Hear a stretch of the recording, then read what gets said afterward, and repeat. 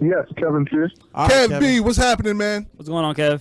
How's it doing, guys? All right, joining us from Fort Lauderdale, Florida, the Council College football correspondent.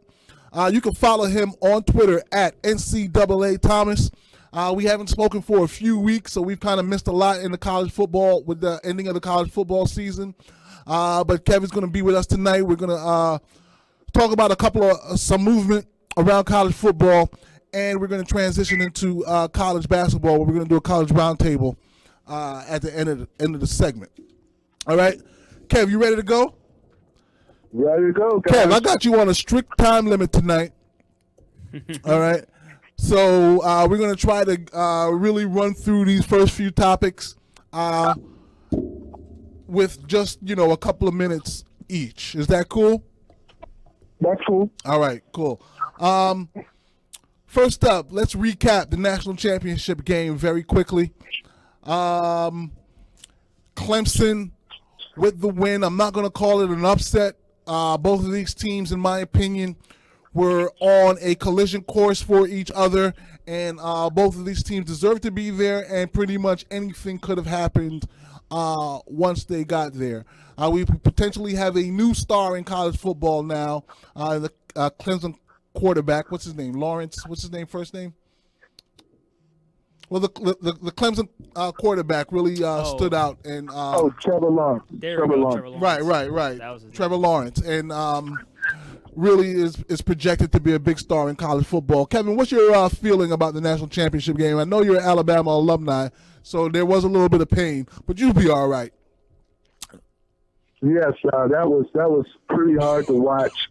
I think I'm not going to come on and make any excuses for Alabama. I think they just really had a bad game. I don't know if it was the quick turnaround from the semifinal, but it seemed as though they really had a bad game. I know there's a lot in the media about the assistants that are leaving and, Jalen that's leaving, but, they had those same assistants in the 14-0. I think that Tua came out and he was a little careless with the ball in the game, especially at the beginning. It kind of set the tone, and they never could get it back on track. So, I know Nick Saban will regroup, and I expect Bama to come back strong next year and, follow that loss up with a win. This happened 2 years ago as well when Clemson upset Alabama in the national championship game. Saban regrouped, came back to Clemson the following year for the championship. So I fully expect them to do that again. So, quick question about Tua. Is it possible that a quarterback can get so comfortable with his skills that he continues to assume that it's a normal situation when in a championship game of this caliber, everything becomes heightened? Speed, everything is faster, everything kind of changes. But he's so in control all the time. Is it possible that he went into the game assuming that he would still have the same control and played the way he always does? But of course, now you're going against faster DBs, everything heightened, everything faster, adrenaline, everything there. And he didn't increase his level for this matchup. Is that possible? That is very possible, and honestly, I think that is a little bit of what happened. Tua, he's had such success over the season, and especially in the semifinal game against Oklahoma, and he walked in this game very confident. Tua typically will make 4 to 5 really bad throws throughout a game, and depending on the team, he's been able to get away with it. With Clemson, a team that's pretty well matched as far as talent, the margin of error is a lot less. Right. And I think we're caught up with it in this game. Right. That's always a very interesting thing to me, how going from a normal regular season situation into a playoff situation, even into a championship situation, if you're not ready for the adjustment in speed, and this is why veterans do better in those situations than younger players, because until you see that, you're not prepared for it. Because you're playing at a particular speed, and then all of a sudden, that speed becomes heightened. There's a bunch of coaches leaving Alabama and moving on. Who are they? Where are they going? Sure. So we'll start with the offense, which was very potent this year. Mike Locksley, who's the offensive coordinator, is headed to Maryland. So I fully expect Maryland's offense to get going this year.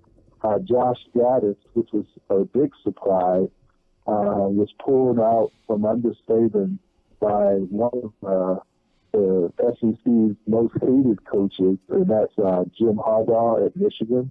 So he's going over to Michigan, and he's going to be the offensive coordinator at Michigan.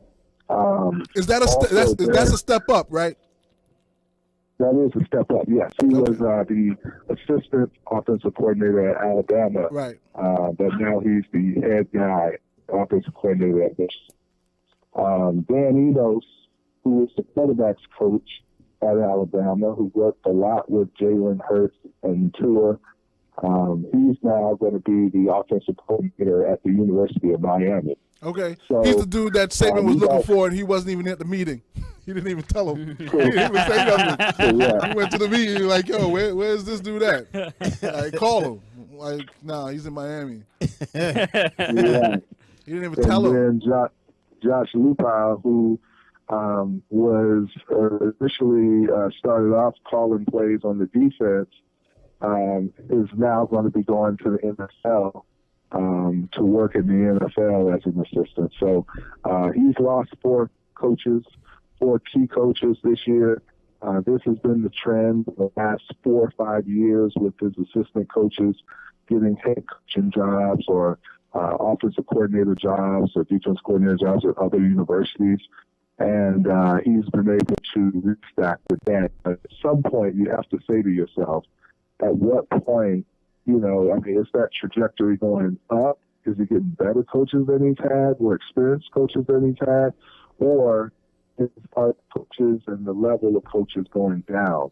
And to me, looking at the trend, it's been going down. He's not filling those coaches with as good of coaches. But this year, it may turn around with the hiring of Steve Sarkisian from the Atlanta Falcons, who was running the offense there. That's a big, right.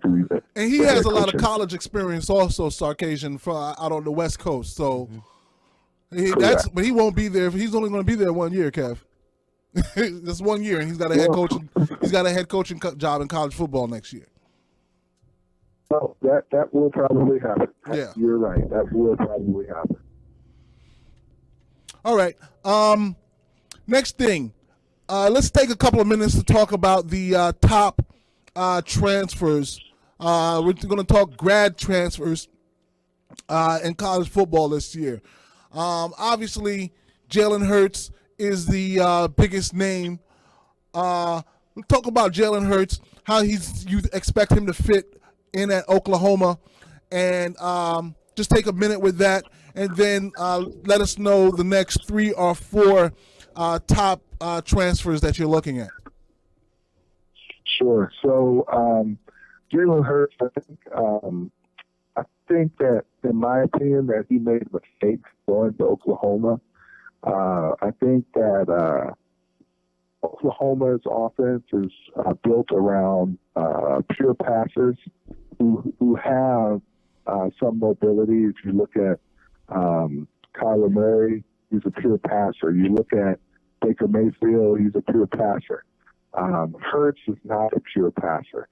He did play well in the SEC championship game, brought Alabama back for the win, but I don't think he can throw the ball consistently game in and game out, and that's what he's going to need to do in that Oklahoma offense. Now, the interesting part about that is I believe we discussed it at some point, and my opinion being that he needs to go to a place where the emphasis is on pocket passing.